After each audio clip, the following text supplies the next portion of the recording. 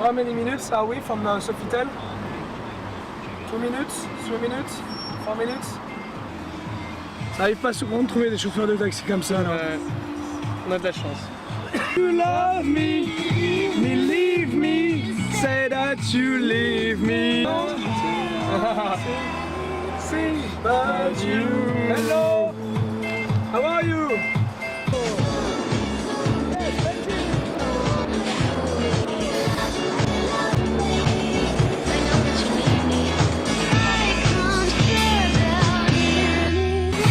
Salut la France.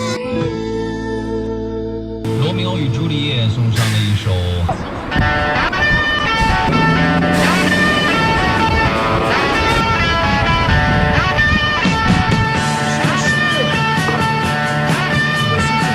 Bonjour. Bonjour. How are you? I'm good. Thank you very much. Allez.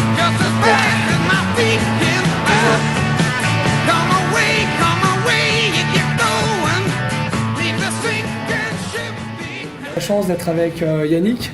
Ouais. Donc tu peux te présenter un petit peu en quelques mots. Donc en fait, moi c'est Yannick Herzam. Yannick Herzam. Je viens d'Alsace et puis j'ai été propulsé auprès le nôtre il y a un peu plus d'1 an maintenant. D'accord, tu es arrivé auprès le nôtre, mais surtout ta formation.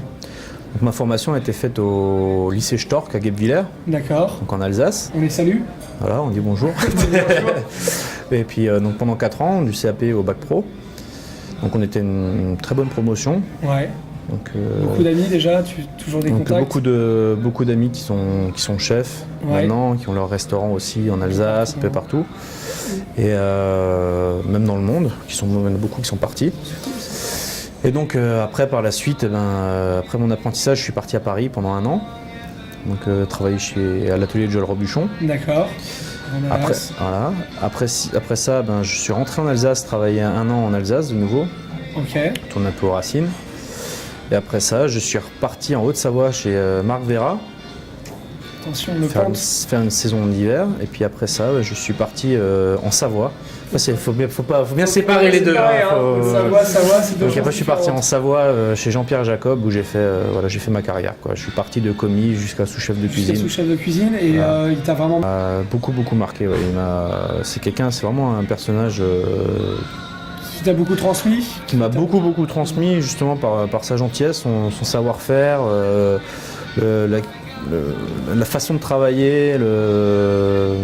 J'ai vraiment beaucoup appris. C'était combien de temps en tout? Je suis resté quasiment 4 ans. 4 ans, ouais, donc ça fait quand même un bout. Quel âge as-tu maintenant? Là j'ai 27 ans. 27 ans, donc jeune. Très jeune. Exécutif Voilà. chef. C'est super. Chef de cuisine. Chef. Peut-être futur, mais On touche croise les doigts. Ouais, on croise les doigts. Et donc, par contre, j'ai oublié, c'est vrai, j'ai fait mon apprentissage dans un restaurant aussi en Alsace, donc, qui était un restaurant traditionnel. D'accord. Pas du tout parti dans la gastronomie au départ.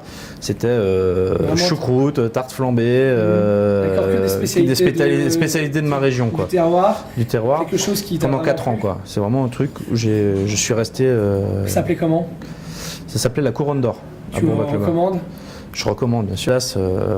C'est vraiment une région. Ancienne région plus étoilée de France. Parce que tu sais qu'on fait sur du monde pour montrer aux jeunes étudiants qu'il y a plein d'opportunités à saisir à l'étranger.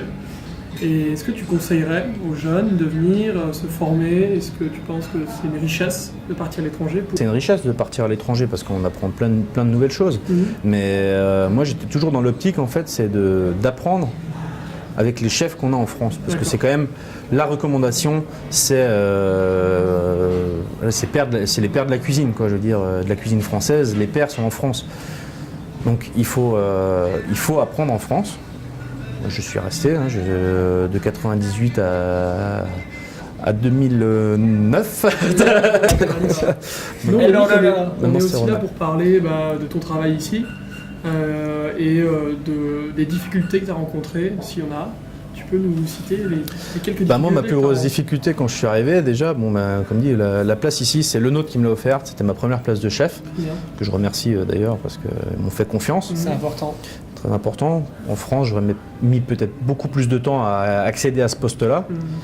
Ici, ça s'est fait coup du hasard, ça s'est fait. La bonne rencontre, le bon moment.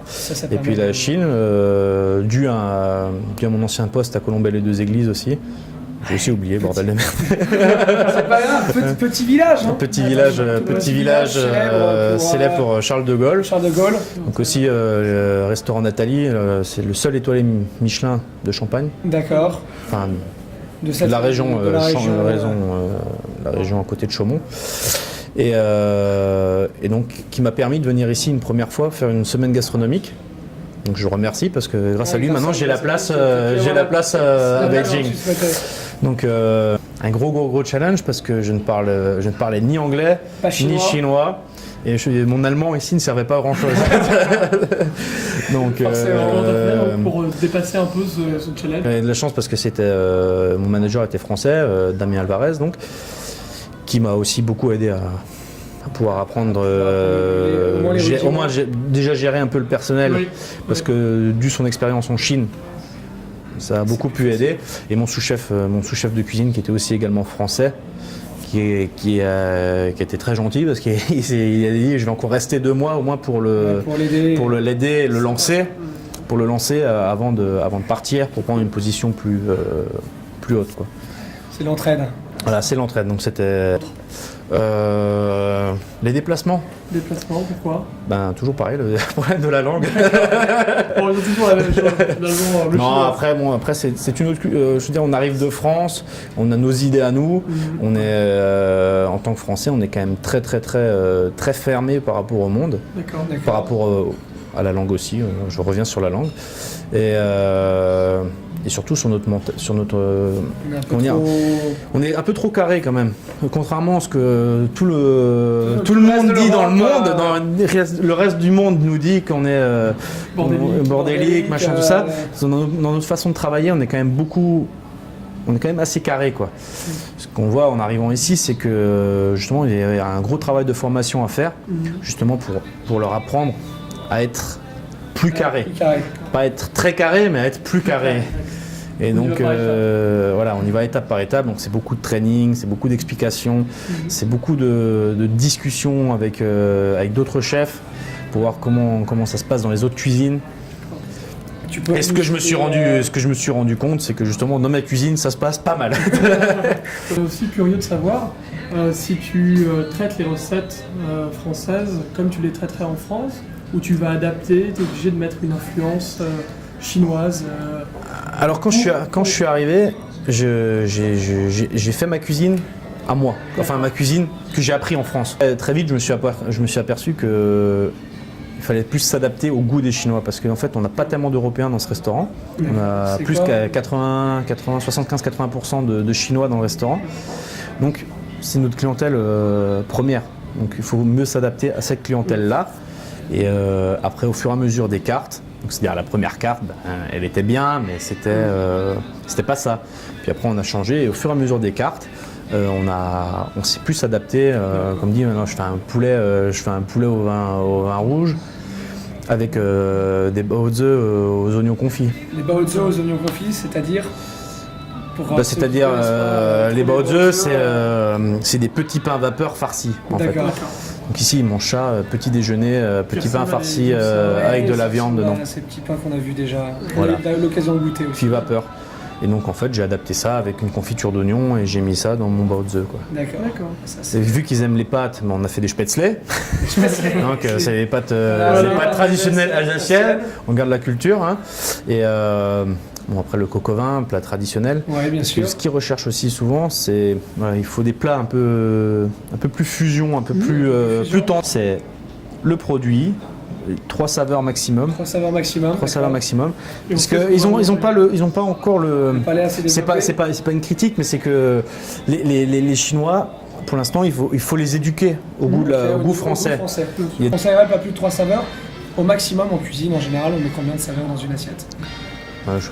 Enfin moi, ce que j'ai appris, ce que j'ai appris avec Jean-Pierre Jacob, c'est justement d'essayer de limiter. Après, il n'y a pas un nombre déterminé de saveurs. C'est-à-dire, si ça se marie bien ensemble, tu peux en mettre 5. C'est le mariage après. Mais bon, il y a un moment, il faut pas que ça soit. Mais après, il faut pas que ce soit. Voilà, faut pas mettre du pamplemousse avec du citron et puis du gingembre. Et puis après, tu mets, je sais pas, n'importe quelle épice. Il faut faire des mix, des assemblages cohérents et goûteux, quoi. Trouver son petit créneau. Dans son créneau. Voilà. Et donc moi je pense que maintenant avec cette carte là, donc après 4 cartes quand même. Il a fallu 4 cartes. Voilà, il a fallu 4 cartes. J'ai trouvé qu'en fait ça fait même plus que 4 cartes parce que vu que je fais venir des chefs étoilés en promotion ici pendant une semaine, c'est-à-dire qu'on change encore une fois la carte, une semaine par an, une semaine tous les 3 mois. Au mois d'octobre, on a Christophe Muller de chez Paul Bocuse qui va venir faire une. Tu l'attends avec impatience, enfin, parce que moi, ça me permet aussi de me tenir un peu aux tendances de ce qu'il y a en France. Je veux dire, on est quand même à 10 000 km de la France. Je veux dire, on n'a pas de moyen de se renseigner plus que Internet. Je veux dire, les livres. On n'a pas accès à l'information. Enfin, on est limité au niveau de l'information. Au niveau de l'information, on est quand même. Pour nous, cuisiniers, je veux dire, pour les recettes, et c'est pour ça, moi, je suis content de pouvoir faire venir des chefs tous les 3-4 mois. Comme ça me permet de voir des nouvelles recettes, ça me permet de voir des nouvelles techniques, ça me permet de voir plein de nouvelles choses. Non, et puis c'est super sympa parce qu'en même temps, ça leur permet aussi de visiter la ville. Moi, ça me fait plaisir aussi de pouvoir nous un peu communiquer. Je veux dire, Damien, mon maître d'hôtel, on vit quasiment en concubinage auprès de nôtre. Donc ça nous permet de voir un peu aussi, lui comme pour moi, ça permet de voir de nouvelles personnes et pouvoir discuter un peu d'autres choses. Ça permet de reprendre un peu des liens nouveaux avec la France. La France, exactement. Qu'on perd un peu quand même. T'en perds, mais est-ce que toi tu reviendrais en France dans les prochaines années ou est-ce que tu te sens bien à l'étranger? Pour l'instant, moi, comme dit, c'est ma première expérience d'expatriation, ça fait 1 an. Pour l'instant, je me sens très bien à l'étranger. Je compte pas revenir en France. Avant un petit moment. Tout de suite. Juste pour les vacances. D'accord, juste pour les vacances. On apprécie toujours mieux. On apprécie toujours. Et non, parce que pour l'instant, la France n'est pas attractive pour tout ce qui est restauration. Je veux dire, on veut ouvrir un restaurant, c'est pas attractif, quoi. C'est difficile. C'est difficile premièrement, puis c'est beaucoup d'investissement. Ici, il faut savoir que quand même pour ouvrir un restaurant, pas un gros restaurant, un restaurant dans la rue avec 30 places assises, 40 places assises, et ça va coûter à peu près dans les 60 000 euros. Avec 60 000 euros, on ouvre un restaurant à Pékin. Ça dépend les quartiers, ça dépend, tout dépend des choses. La nourriture. Ça dépend ce que tu veux servir aussi.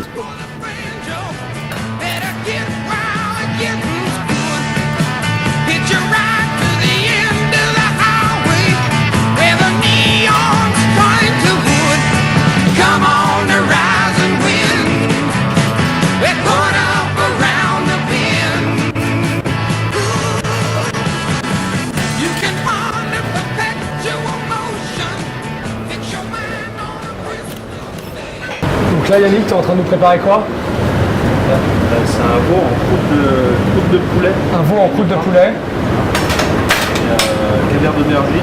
Caviar d'aubergine. Shiitake. Super. Shiitake, champignons de Paris, huile d'olive. Ça a l'air divin. Et le cabillaud, ouais. Avec en feuilles de chou et jambon de Parme. Feuilles de chou et jambon de Parme. Alors tout ça, c'est des créations maison. Des créations. Des créations. Ici, on a inventé ça, c'est une sauce au café. D'accord. Et il y a nos pères de la cuisine qui ont déjà tout inventé avant. Nous, on fait que adapter. T'adaptes. Ça, c'est un jus de veau, mais un peu sucré-salé. Les Chinois, ils adorent. Ils adorent le sucré-salé, ce mélange. Voilà, comme ça. Là, t'as le veau, t'as le poulet. Et là, on enroule avec une croûte de mie de pain. Mie de pain, ouais. Caviar d'aubergine. Caviar d'aubergine. 16 de champignons. Donc là, t'as le goldfish australien. D'accord. Beaucoup plus ferme que le goldfish donc ça, le goldfish qu'on a en France. Ouais. Et donc jambon de Parme, feuilles de chou, crépine pour que ça tienne, crème d'ail, champignons de Paris poêlés à l'ail, Donc la sauce au café pour Champignons de Paris, Paris ou Paris. production chinoise? Production chinoise, bah oui, il faut faire avec, Sans doute aussi bien. faut faire avec les produits locaux, ça c'est super important. Tout ce qui est légumes, je travaille local. Tout ce qui est viande et... Ça vient de ce que le plus proche possible, c'est l'Australie pour la qualité de la viande et Nouvelle-Zélande un peu. Nouvelle-Zélande. See you. Ils vont se régaler. Hein. Et là, tous mes cuisiniers, là, c'est... Moi, j'ai un demi-chef de partie. L'équipe de choc. Un demi-chef de partie, commis. Commis. Ni hao. How are you? Il parle français, il travaille parle au français Novotel Paris. Non, on est Ça, rencontrés. Novotel Paris. Come here. Come with us. Bonjour. Ouais. Vous allez bien? Oui. Très bien, très bien. Ouais. Ah oui, très bien. Ouais. Pourquoi la gastronomie française? Ça vous plaît? Pour études, parce que j'aime bien la cuisine française. La cuisine française, Oui, ouais. oui, donc étranger en France. En France, et ça vous plaît? Oui, pour études. Pour les études, d'accord. Ouais. Tant la cuisine française que la cuisine chinoise? Non, merci. Ouais. Bon, j'ai l'impression que ça, oui. C'est ce qu'il nous faut. Allez. Merci pour tout. Dans tout dit chef, pas de problème.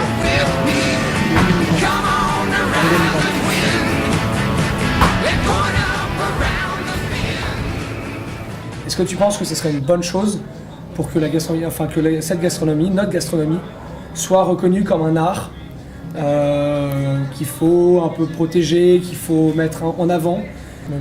Oui, je pense que c'est une bonne chose, oui, parce que de toute façon, déjà, nous, en tant qu'expatriés, chefs expatriés, c'est ce qu'on essaie de représenter à l'étranger. D'accord. C'est la cuisine française à l'étranger. Donc oui, c'est une bonne chose que si ça peut rentrer dans le patrimoine de l'UNESCO. C'est important. Et puis surtout, si ça peut protéger nos fromages, nos charcuteries, tout ce qui fait la France, quoi. Ce qui fait la France, c'est vin. Le vin, les fromages, les charcuteries, Ça, voilà. c'est important. Et le terroir. Produit de terroir. Et pas toujours, voilà, il y a trop de sel pour ci, il y a trop de sel pour ça. Je veux dire, il y a 60 ans, il y avait peut-être trop de sel, mais ils vivaient tout aussi bien que nous maintenant, à l'heure actuelle. Alors, est-ce que tu penses qu'il n'y a pas d'âge pour la cuisine, pour tout ce qui... j'ai tout vu. Je veux dire, j'ai vu des gens qui ont commencé comme moi en pré-apprentissage jusqu'à maintenant. J'ai vu des gens qui s'y sont mis à 30 ans. J'ai vu des ingénieurs se mettre à la cuisine. J'ai rencontré, quand j'étais chez Jean-Pierre Jacob, quelqu'un qui était à l'ENA, qui a arrêté l'ENA et qui est venu faire, la cuisine chez Jean-Pierre Jacob. Doué et qu'on est passionné, je veux dire, il n'y a pas d'âge. Exactement. Voilà. Et puis, L'essentiel, c'est de faire ce qui nous plaît dans la vie. De toute façon, on vit qu'une fois, donc autant faire ce qui nous plaît, quoi. Je veux dire. Plutôt que de se contenter de quelque chose par obligation. Donc, C'est le conseil du chef. Ça, c'est le conseil du... Si maintenant vous êtes cuisinier et que vous n'aimez pas ce que vous faites, bah, ça va se ressentir dans l'assiette, tout simplement. Et il vaut mieux arrêter. Dis-moi, trois qualités pour toi qui te caractérisent ou qui caractérisent un bon cuisinier. Déjà, c'est avoir du palais. Du palais. Voilà, c'est être très humain. D'accord. Et après, c'est être curieux aussi. L'art, c'est s'intéresser au vin, c'est s'intéresser au paysage. Je veux dire, beaucoup de chefs, même ce qu'on m'a conseillé quand j'avais rencontré M. Gobet, le directeur de l'école Le Nôtre, c'était de dessiner les plats. Et ça, c'est beaucoup de chefs qui m'ont conseillé de le faire et tout machin avant que je prenne ma place. Et c'est vrai que ça rentre un peu la ligne d'artiste. Voilà, on dessine un plat, on le design. Même c'est un croquis, quoi. C'est pas. Égale art quand même. Voilà, on n'est pas des Picasso, quoi. Mais je veux dire, on dessine des plats et après on essaie de les reproduire sur l'assiette. Et ça, c'était un très bon conseil que j'ai eu et que j'ai mis en pratique ici. Merci beaucoup Yannick. De rien. Et puis surtout bonne chance pour votre tour du monde. Et puis merci beaucoup. Ça commence bien. Ouais. Ça continue bien. Je vois ça. Ça fait déjà 3 semaines et on a rencontré plein de gens super et dont toi. Et ça nous fait plaisir de pouvoir partager ce petit moment. En tout cas, je tiens juste à remercier toutes les personnes qui ont contribué jusqu'à ma progression et à mon aboutissement ici. Un nom en particulier, tu nous le répètes peut-être? C'est Jean-Pierre Jacob. Jean-Pierre Jacob, le bateau ivre. Voilà, et mon lycée hôtelier. Bien sûr. Qui bien sûr, qui m'a. Ça a contribué énormément. Qui m'a beaucoup donné. Bon, bien sûr, mon professeur de cuisine avec qui j'ai beaucoup appris, Monsieur Bûcher. Bon, il est décédé, mais j'ai beaucoup appris et c'est un petit hommage aussi à cette personne. Parfait. Merci beaucoup Yannick. Merci beaucoup. Très bien. Profite bien. Et puis on était vraiment heureux de te rencontrer. À bientôt. À bientôt. Voilà.